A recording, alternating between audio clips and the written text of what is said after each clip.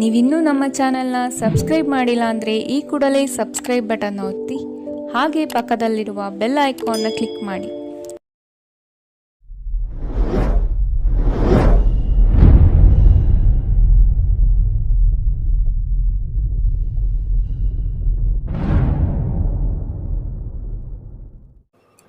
ಈ ಹೊಸ ವರ್ಷದಲ್ಲಿ ನಿಮ್ಮ ಭವಿಷ್ಯ ಹೇಗಿದೆ ಎಂದು ನೋಡುವುದಾದರೆ, ನೀವು ಒಂದು ಹಣ್ಣನ್ನು ಉದುರಿಸಲು 10 ಕಲ್ಲನ್ನು ಗುರಿಯಿಟ್ಟು ಎಸೆಯಬೇಕಾಗುತ್ತದೆ.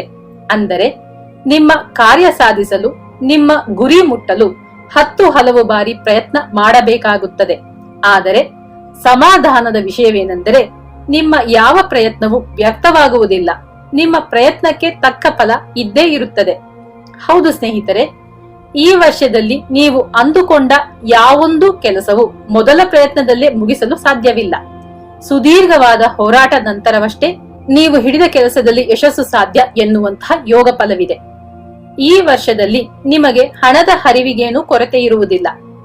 ಅಂದುಕೊಳ್ಳದ ಸಮಯದಲ್ಲಿ ಅಂದುಕೊಳ್ಳದಷ್ಟು ದೊಡ್ಡ ಮೊತ್ತ ತಾನಾಗಿಯೇ ಹುಡುಕಿಕೊಂಡು ಬರುತ್ತದೆ. ತಂದೆ ಕಡೆಯಿಂದ ಬರಬೇಕಾದ ಆಸ್ತಿಗಳು ನಿಮ್ಮ ಕೈ ಸೇರುತ್ತದೆ.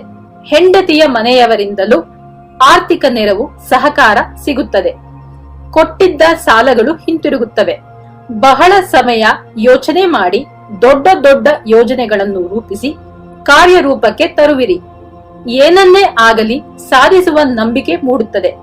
ಸಮಾಜದಲ್ಲಿ ಗೌರವ ಹೆಚ್ಚಾಗುತ್ತದೆ. ಧ್ಯಾನ ಮಾಡಿ, ಯೋಗ ಮಾಡಿ, ಏಕಾಗ್ರತೆ ಸಾಧಿಸಿ. ಮಾಡುವ ಕೆಲಸಗಳೆಲ್ಲವೂ ಯಶಸ್ವಿಯಾಗುತ್ತದೆ.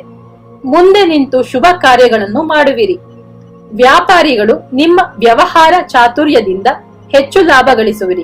ಬಹಳ ಕಾಲದಿಂದಲೂ ಮಗ್ಗುಲ ಮುಳ್ಳಾಗಿ ಕಾಡುತ್ತಿದ್ದ ಸಮಸ್ಯೆಗಳು ಅಂತ್ಯ ಕಾಣುತ್ತವೆ. ಉದ್ಯೋಗಸ್ಥರಿಗೆ ನೌಕರಿಯಲ್ಲಿ ಸಣ್ಣ ಪುಟ್ಟ ಕಿರಿಕಿರಿಗಳಿರುತ್ತವೆ. ಸಹೋದ್ಯೋಗಿಗಳ ಮಾತುಗಳಿಗೆ ಕಿವಿಗೊಡದೆ ನಿಮ್ಮ ಕೆಲಸವನ್ನಷ್ಟೇ ಮಾಡಿಕೊಂಡು ಹೋದರೆ ಮೇಲಧಿಕಾರಿಗಳ ಹೊಗಳಿಕೆಗೆ ಪಾತ್ರರಾಗುವಿರಿ. ಪ್ರಮೋಷನ್ ಸಿಗುತ್ತದೆ. ಬಾಕಿ ಸಂಬಳ ಕೈ ಸೇರುತ್ತದೆ. ಪೈಪೋಟಿ ಸ್ಪರ್ಧೆಗಳಲ್ಲಿ ಗೆಲುವು ಸಾಧಿಸುವಿರಿ.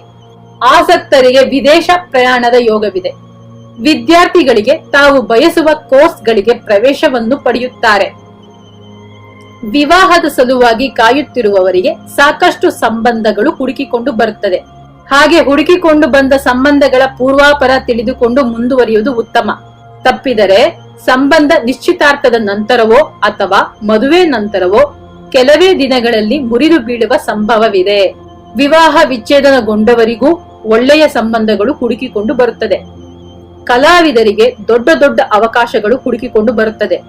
ನಿಮ್ಮ ಪ್ರತಿಭೆ ದೊಡ್ಡ ಪ್ರಮಾಣದಲ್ಲಿ ಅನಾವರಣಗೊಂಡು ಮಾಧ್ಯಮಗಳ ಅಭಿನಂದನೆಗೆ, ಪ್ರೇಕ್ಷಕರ ಮೆಚ್ಚುಗೆಗೆ ಪಾತ್ರರಾಗುವಿರಿ.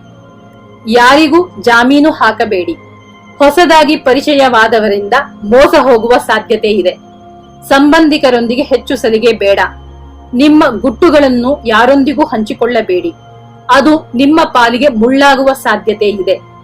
ಮಾಡಬೇಕಾದ ಮುಖ್ಯವಾದ ಕೆಲಸಗಳನ್ನು ಯಾರಿಗೂ ವಹಿಸದೆ ನೀವೇ ಮಾಡಿ.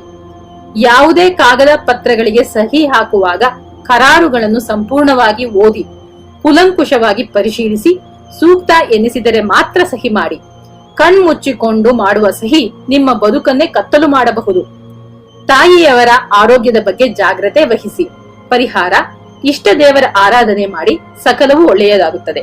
ಶುಭವಾಗಲಿ.